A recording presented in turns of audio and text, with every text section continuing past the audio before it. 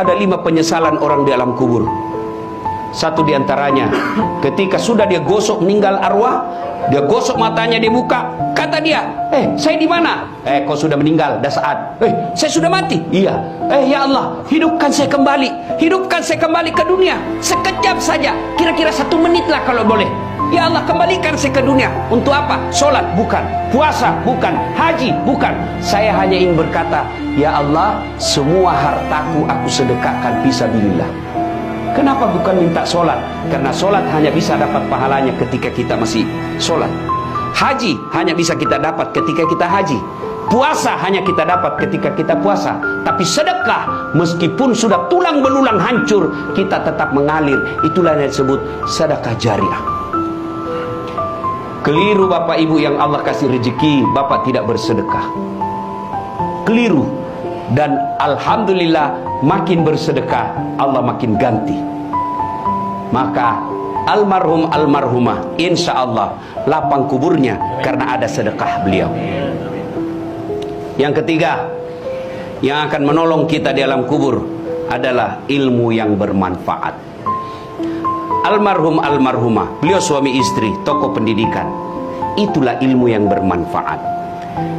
Ketika diajarkan ilmu hukum kepada mahasiswanya, diajarkan tentang keadilan, lalu anak mahasiswanya menjadi pengacara yang membela dan menegakkan keadilan, selama itu juga amal-amal akan mengalir. Maka karena itu, ibu bapak kalau dapat konten-konten dakwah, jangan berhenti di grup, jangan berhenti di HP bapak, sebarkan. Bapak punya 10 grup WhatsApp, satu grup 100 orang, kirim, 1000 orang yang terima. Kalau ada yang mengamalkan 5 orang, selama 5 orang itu amalkan, Bapak dapat pahala seperti pahalanya penceramah tanpa mengurangi pahala penceramah. Ilmu yang bermanfaat adalah yang bisa menyelamatkan kita di alam kubur. Inilah 3 yang akan terus mengalir meskipun kita sudah di alam kubur, bahkan sudah habis tulang belulang kita. Anak yang soleh dan soleha, sedekah harta, kemudian ilmu yang bermanfaat. Dan orang yang ada di alam kubur sekarang masih transit, belum sampai surga, termasuk Rasulullah Muhammad SAW. Dan siapa yang paling menderita di alam kubur? Kata Nabi, orang yang paling menderita di alam kubur nanti adalah al-mutahawil bis sholah, yang menganggap enteng sholat.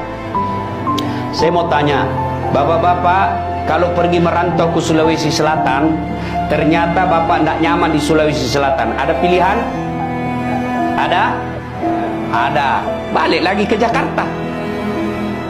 Saudara-saudara dari Jawa merantau ke Sumatera, ternyata di sana tidak bagus. Ada pilihan? Ada. Balik lagi ke Jawa. Mangan orang mangan, yang penting ngumpul. Iya. Iya toh? Bapak-bapak kalah pil caleg, ada pilihan?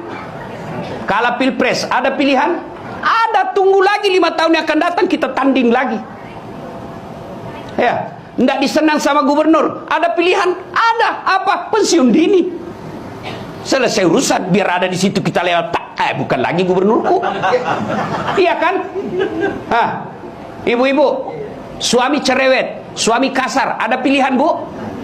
Ada. Pulangkan saja aku pada ibuku atau ayahku. Selesai.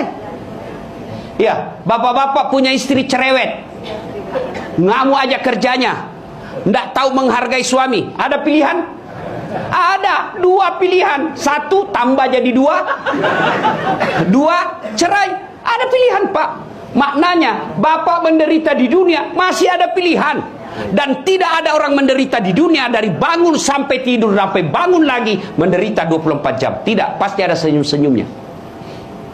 Tapi kalau bapak masuk kubur, ada pilihan? Ibu-ibu masuk kubur, ada pilihan? Nggak nyaman pertanyaannya, keluar dulu. Begitu bapak keluar, viral satu dunia pak. Ya. Dan siapa orang menderita di kubur? Al-mutahawil bis sholah, yang menganggap enteng sholat.